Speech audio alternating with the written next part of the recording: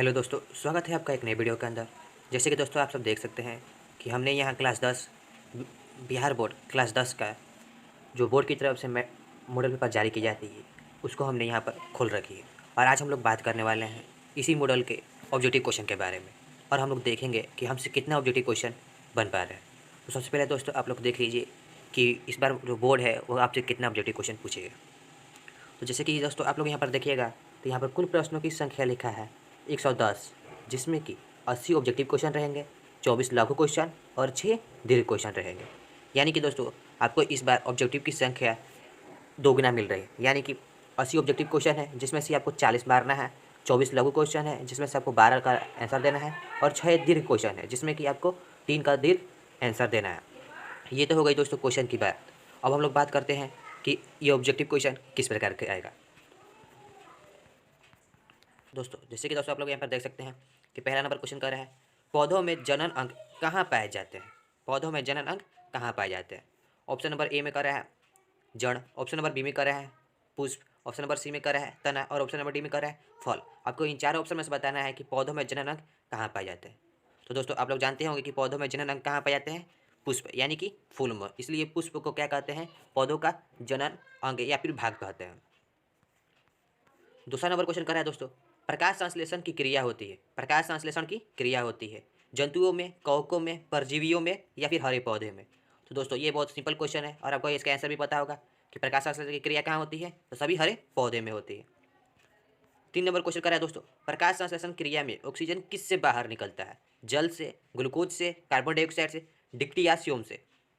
तो दोस्तों मैं आपको बता दूं कि जो प्रकाश संश्लेषण की क्रिया होती है तो उसमें जो ऑक्सीजन गैस निकलती है वो किसके टूटने से होती है, तो जल के टूटने से ऑक्सीजन गैस बाहर निकलती है।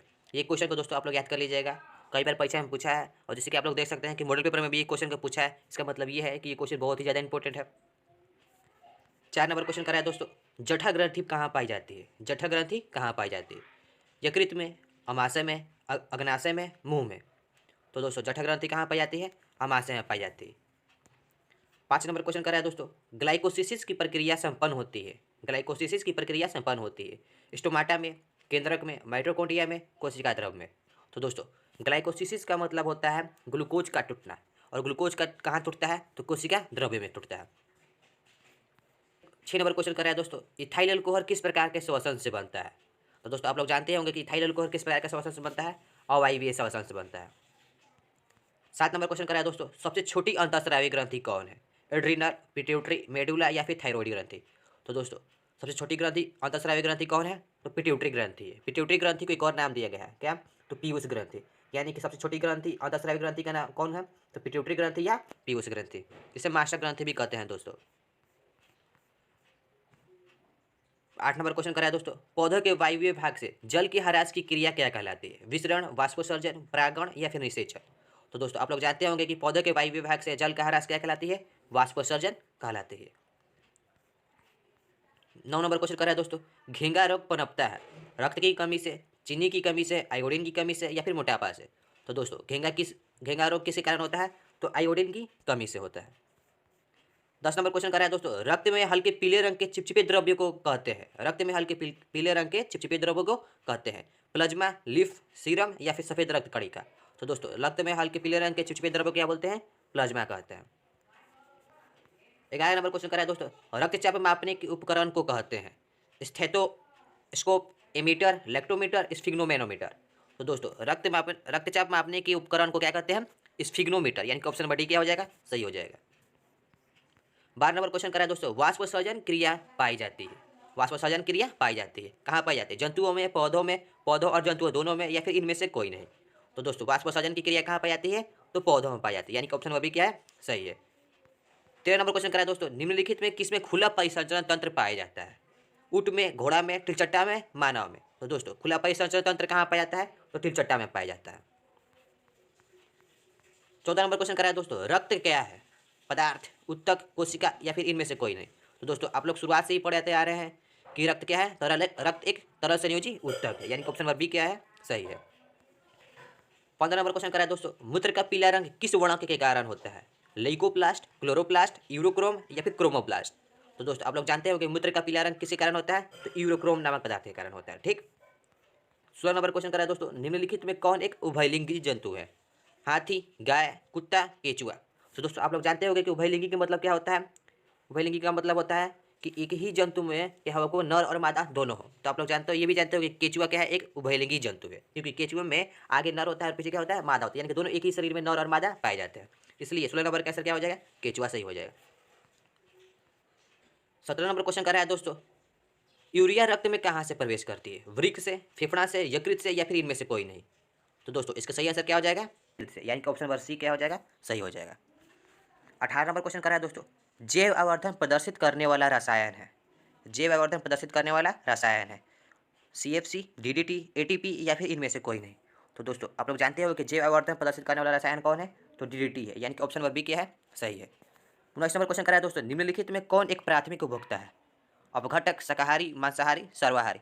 तो दोस्तों यदि आपने बायोलॉजी पढ़ा होगा तो आपने ये जरूर पढ़ा होगा कि प्राथमिक उपभोक्ता के अंतर्गत कौन आते हैं, तो सभी शाकाहारी जीव आते हैं, यानी कि ऑप्शन नंबर बी क्या हो जाएगा, सही हो जाएगा। तो दोस्तों 20 नंबर क्वेश्चन कर रहा है, निम्नलिखित में कौन एक भूमिगत जल का उदाहरण है? कुआं, नदी, समुद्र, तालाब? तो दोस्तों इसका सही आंसर क्या हो जाएगा, ऑप्शन नंबर ए, यानी कि कुआं। कुआं कुआं क्या है, एक भूमिगत जल का उदाहरण है।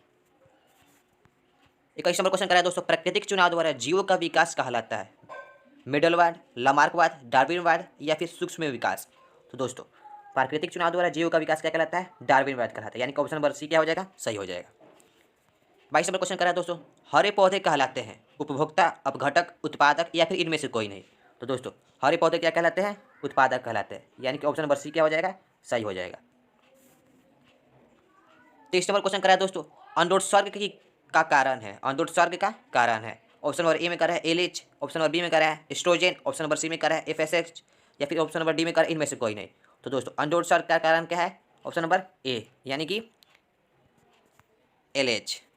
इसको याद कर लीजिएगा कि अंडोत्सर्ग का कारक क्या है, तो एलएच। 24 नंबर क्वेश्चन करा है दोस्तों, लैंगरहांस की दीपिकाएं कहाँ पाई जाती है? तो दोस्तों लैंगरहांस की दीपिकाएं कहाँ पाई जाती है, तो अग्नाशय में पाई जाती है। 25 नंबर क्वेश्चन करा है दोस्तों, थायरोक्सिन हार्मोन के संश्लेषण में निम्नलिखित में कौन होना आवश्यक है? आयरन, मैग्नीज, क्लोरीन, या फिर आयोडीन? तो दोस्तों आप लोग जानते होंगे कि थायरोक्सिन हार्मोन में क्या पाया जाता है, आयोडीन पाया जाता है, इसलिए थायरोक्सिन हार्मोन के संश्लेषण में क्या हो रहा है, आयोडीन का होना जरूरी है। 26 नंबर क्वेश्चन करा है दोस्तों, निचली कणिकाएं कहाँ पाई जाती है? नेफ्रॉन में, न्यूक्लियस में, न्यूरॉन में, या फिर इनमें से कोई नहीं? तो दोस्तों निचली कणिकाएं कहाँ पाई जाती है, तो न्यूरॉन में पाई जाती है, यानी कि ऑप्शन नंबर सी क्या हो जाएगा, सही हो जाएगा। 27 नंबर क्वेश्चन करा है दोस्तों, मानव मस्तिष्क का वजन होता है, मानव मस्तिष्क का वजन होता है? ऑप्शन नंबर ए में करा है 1.5 kg से 2 kg, ऑप्शन नंबर बी में करा है 0.5 से 1.5 kg, ऑप्शन नंबर सी में करा है 1.2 kg से लेकर 1.4 kg, और ऑप्शन नंबर डी में करा है इनमें से कोई नहीं? तो दोस्तों मानव मस्तिष्क का वजन कितना होता है, 1.2 kg से लेकर 1.4 kg, यानी कि लगभग में 1.5 kg के बराबर। 28 नंबर क्वेश्चन करा है दोस्तों, निकट दृष्टि दोष अथवा दूर दृष्टि दोष के निवारण हेतु प्रयुक्त लेंस द्वारा बना प्रतिबिंब होता है, कैसा होता है? वास्तविक सीधा, काल्पनिक सीधा, काल्पनिक उल्टा, वास्तविक उल्टा? तो दोस्तों इसका सही आंसर क्या हो जाएगा, तो ऑप्शन नंबर डी, यानी कि वास्तविक और उल्टा बनाता है। 29 नंबर क्वेश्चन करा है दोस्तों, साइड मिरर के रूप में निम्नलिखित में से कौन प्रयुक्त होता है? उत्तल दर्पण, अवतल दर्पण, अवतल लेंस, उत्तल लेंस? तो दोस्तों आप लोग जानते होंगे कि साइड मिरर के रूप में किसका उपयोग होता है, तो उत्तल दर्पण का उपयोग होता है। 30 नंबर क्वेश्चन करा है दोस्तों, अवतल लेंस द्वारा प्राप्त प्रतिबिंब होता है, तो अवतल लेंस द्वारा कैसा प्रतिबिंब प्राप्त होता है? आभासी भी होता है, सीधा भी होता है, छोटा भी होता है, यानी कि यहाँ पर ऑप्शन नंबर डी क्या हो जाएगा, सही हो जाएगा, इनमें से सभी। 31 नंबर क्वेश्चन करा है दोस्तों, ऊर्जा का ऐसा ही मात्रक है, तो ऊर्जा का ऐसा ही मात्रक क्या होता है दोस्तों, जूल, यानी कि ऑप्शन नंबर ए क्या हो जाएगा, सही हो जाएगा। 32 नंबर क्वेश्चन करा है दोस्तों, आकाश का नीला रंग होना किस परिघटना का परिमाण है? अपवर्तन, प्रकीर्णन, परावर्तन, या फिर इनमें से कोई नहीं? तो दोस्तों आप लोगों ने यदि फिजिक्स में चैप्टर 3 पढ़ा होगा तो आप लोगों ने आपको पता होगा कि आकाश का नीला रंग किसके कारण होता है, तो प्रकाश के प्रकीर्णन के कारण होता है। 33 नंबर क्वेश्चन करा है दोस्तों, सामान्य नेत्र के लिए स्पष्ट दृष्टि का न्यूनतम दूरी होता है, सामान्य नेत्र के लिए स्पष्ट दूरी का न्यूनतम दूरी कितना होता है, तो 25 सेंटीमीटर होता है, यानी कि ऑप्शन नंबर सी क्या हो जाएगा, सही हो जाएगा। 24 नंबर क्वेश्चन करा है दोस्तों, किसी उत्तल लेंस का फोकसांतर 50 सेंटीमीटर इसकी क्षमता होगी, किसी उत्तल लेंस का फोकसांतर 50 सेंटीमीटर इसकी क्षमता होगी, यानी कि दोस्तों ए बराबर दिया है, ए बराबर कितना दिया है, तो प्लस 50 सेंटीमीटर, प्लस इसलिए लगा है क्योंकि ये उत्तल लेंस दे रहा है, उत्तल लेंस में फोकस दूरी क्या होता है, धनात्मक होता है, तो फोकस दूरी दिया है, आपको क्षमता पूछ रहा है, तो क्षमता का सूत्र होता है, किसी भी लेंस की क्षमता क्या होती है, फोकस दूरी के व्युत्क्रमानुपाती 1/f। तो यहाँ पर यदि देखिएगा आप, तो क्षमता आपका क्या हो जाएगी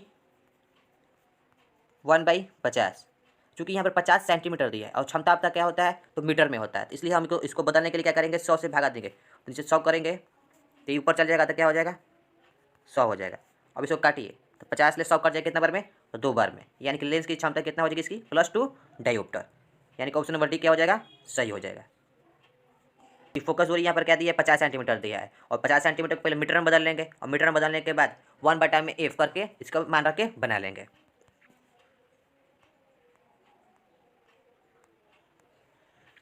35 नंबर क्वेश्चन करा है दोस्तों, एक प्रिज्म कितने सतहों से घिरा होता है 2 3 4 5। तो दोस्तों आप लोग जानते हो एक प्रिज्म कितने सतहों से घिरा होता है 5 सतहों से घिरा होता है। 36 नंबर क्वेश्चन कर रहा है दोस्तों, अभिनेत्री लेंस की फोकस दूरी में परिवर्तन किया जाता है पुतली के द्वारा, परितारिका के द्वारा, दृष्टिपत्र के द्वारा या फिर पक्षमावी पेशियों के द्वारा। तो दोस्तों आप लोग जानते हो कि अभिनेत्री लेंस की फोकस दूरी किसके कारण परिवर्तन होता है तो पक्षमावी पेशियों के द्वारा होता है। 37 नंबर क्वेश्चन कर रहा है दोस्तों, प्रकाश के परिवर्तन के कितने नियम है। तो दोस्तों आप लोग जानते होंगे कि प्रकाश के परिवर्तन या फिर अपवर्तन कितने नियम है तो 2 नियम है। 38 नंबर क्वेश्चन कर रहा है दोस्तों, फोटोग्राफिक कैमरा का अभिदृश्यक होता है उत्तल लेंस, अवतल लेंस, उत्तल दर्पण या फिर अवतल दर्पण। तो दोस्तों इसका सही आंसर क्या हो जाएगा, यानी कि ऑप्शन नंबर ए उत्तल लेंस। फोटोग्राफिक कैमरा का अभिदृश्यक क्या होता है तो उत्तल लेंस होता है। 39 नंबर क्वेश्चन कर रहा है दोस्तों, यदि एक किरण अवतल दर्पण पर अभिलंबवत आपतित हो तो परिवर्तन के बाद किरण किस बिंदु से होकर गुजरेगी, फोकस से, वक्रता केंद्र से, ध्रुव से या फिर इनमें से कोई नहीं। तो दोस्तों इसका सही आंसर क्या हो जाएगा ऑप्शन नंबर ए यानी कि फोकस से। जब कोई किरण अवतल दर्पण के लंबवत आपतित होती है तो वह कहाँ पर जाकर गुजरती है परिवर्तन के बाद फोकस से होकर गुजरती है। 40 नंबर क्वेश्चन कर रहा है दोस्तों, यदि एक प्रिज्म से एक बड़ी किरण गुजरे तो इसका नहीं होगा। यदि एक प्रिज्म से एक बड़ी किरण गुजरे तो इसका नहीं होगा अपवर्तन, वर्णविक्षेपण, विचलन या फिर इनमें से कोई नहीं।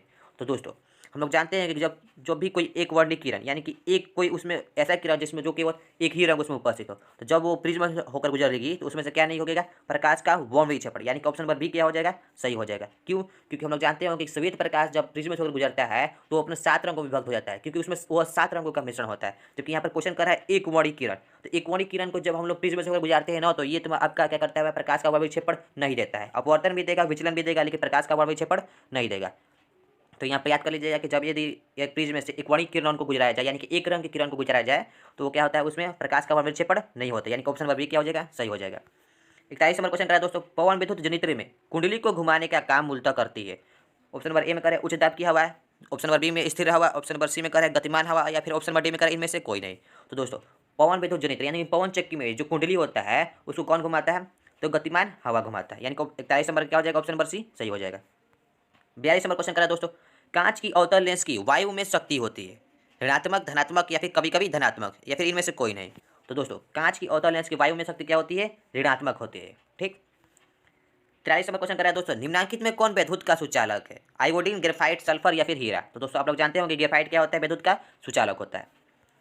44 नंबर क्वेश्चन कर रहा है दोस्तों, वक्रता त्रिज्या 1 मीटर के अवतल दर्पण की फोकस दूरी होगी, यानी कि वक्रता त्रिज्या आर दिया हुआ है 1 मीटर। ठीक, सबसे पहले हम लोग इसको क्या करते हैं और उसके बाद आपको पूछ रहा है कि अवतल दर्पण की फोकस दूरी बताइए, फोकस दूरी यानी कि एफ बताइए।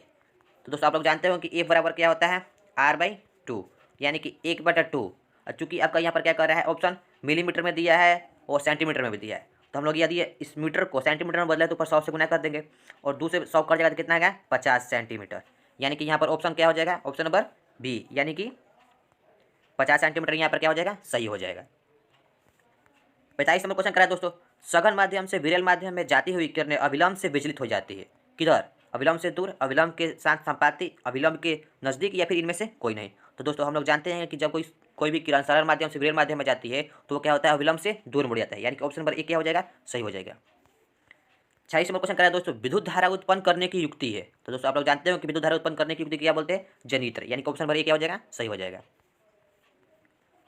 27 नंबर क्वेश्चन करा है दोस्तों, ऊर्जा का पारंपरिक स्रोत है पवन ऊर्जा, सौर्य ऊर्जा, कोयला या फिर बायोगैस। तो दोस्तों आप लोग जानते हो कि पवन ऊर्जा का पारंपरिक स्रोत क्या है तो कोयला, यानी कि ऑप्शन नंबर सी क्या हो जाएगा सही हो जाएगा।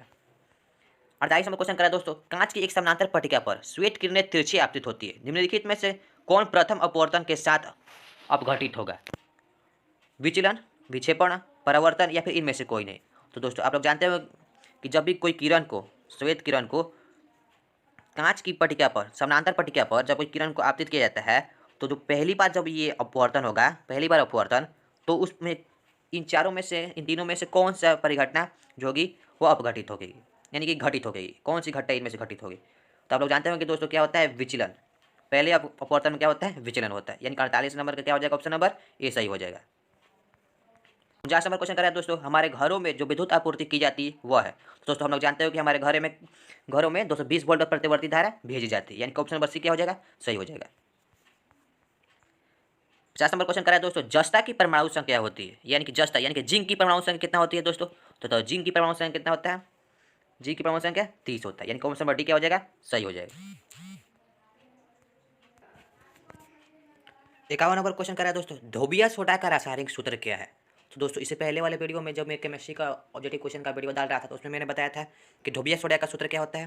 तो धोबिया सोडा का सूत्र होता है आपका Na2CO3 × 10⁻², यानी कि ऑप्शन नंबर ए क्या हो जाएगा, सही हो जाएगा। 52 नंबर क्वेश्चन कर रहा है दोस्तों, निम्नलिखित में कौन प्रबल क्षालक है, प्रबल क्षालक कौन है दोस्तों।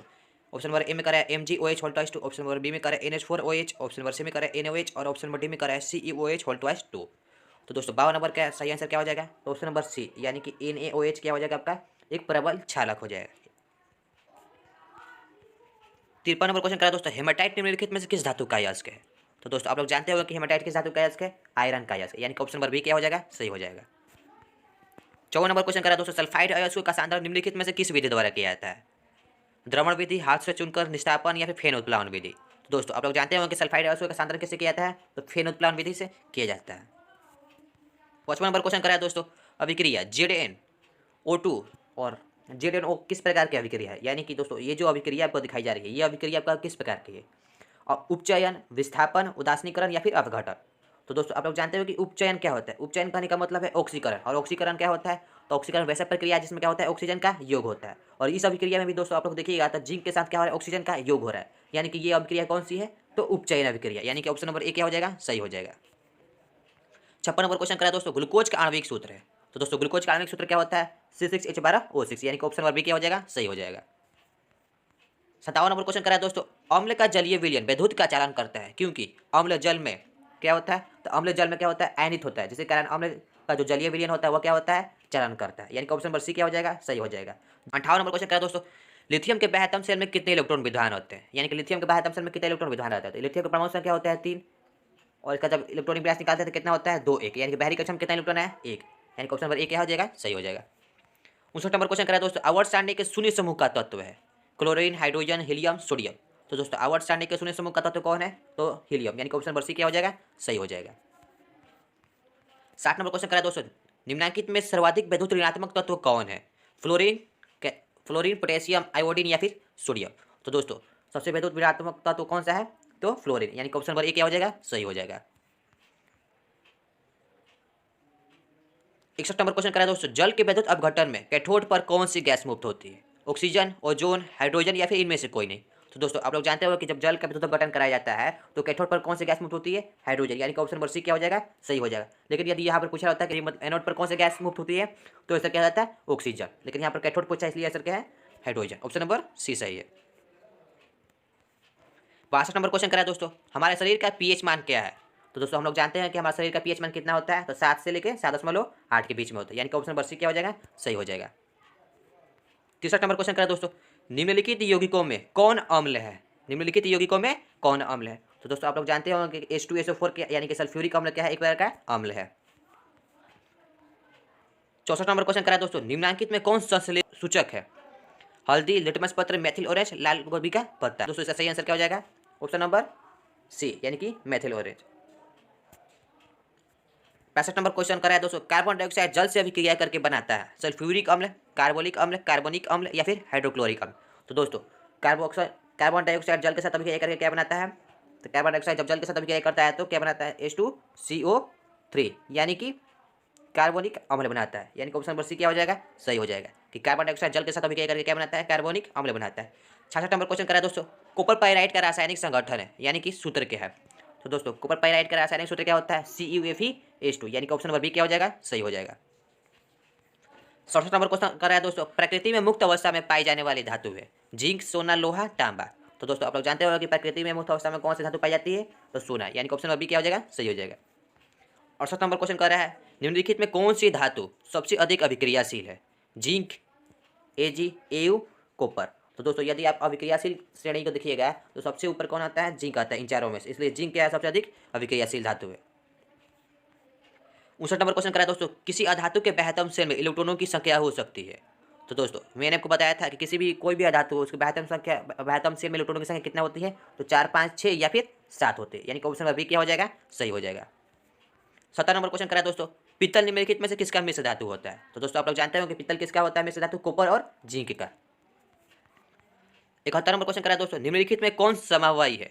दोस्तों यदि आप इन चारों ऑप्शन को ध्यान से देखिएगा तो ऑप्शन नंबर सी यानी कि एथिल एल्कोहल और डाईमेथिल एथिल क्या है, एक प्रकार का समवायी है। क्यों, क्योंकि एथिल एल्कोहल का सूत्र लिखिएगा तो वो होता है C2H5OH, ठीक।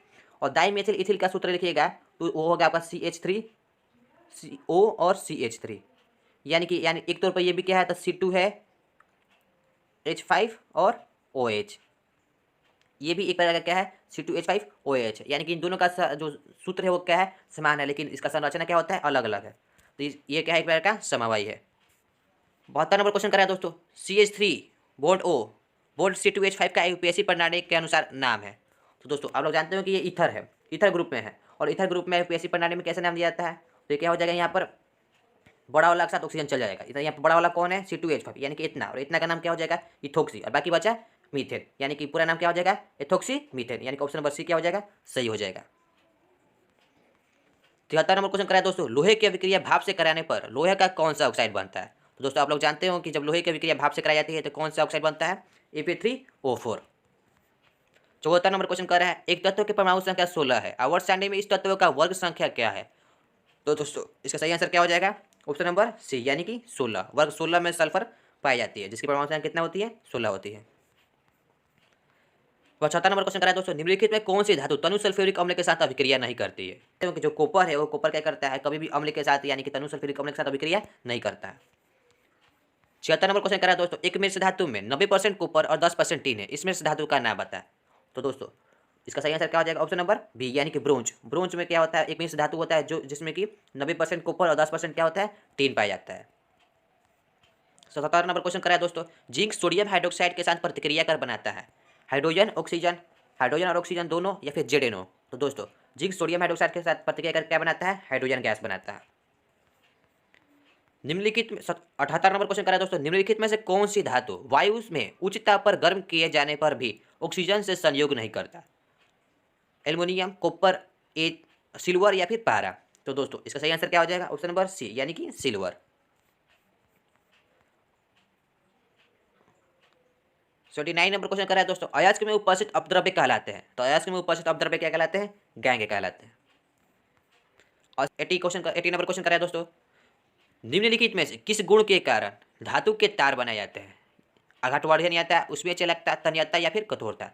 तो दोस्तों आप लोग जानते होंगे कि धातु में तन्यता जो पाई जाती है, यानी कि तन्यता का जो गुण पाई जाती है, उसी गुण के कारण धातुओं में क्या होती है, धातुओं की लंबी लंबी तार बनाई जाती है। तो दोस्तों यहाँ पर आपका ऑब्जेक्टिव क्वेश्चन खत्म होता है, और आप जैसा कि आप लोग देख सकते हैं कि यहाँ पर से आपका सेक्शन बी यानी कि लिखने वाली क्वेश्चन की संख्या प्रारंभ होती है। दोस्तों आई होप कि आपको ये वीडियो अच्छी लगी होगी, और दोस्तों यदि आपको ये वीडियो अच्छी लगी होगी तो वीडियो को लाइक कर दीजिएगा, और चैनल को सब्सक्राइब करना बिल्कुल भी मत भूलिएगा। तो दोस्तों मिलते हैं एक नई वीडियो के अंदर।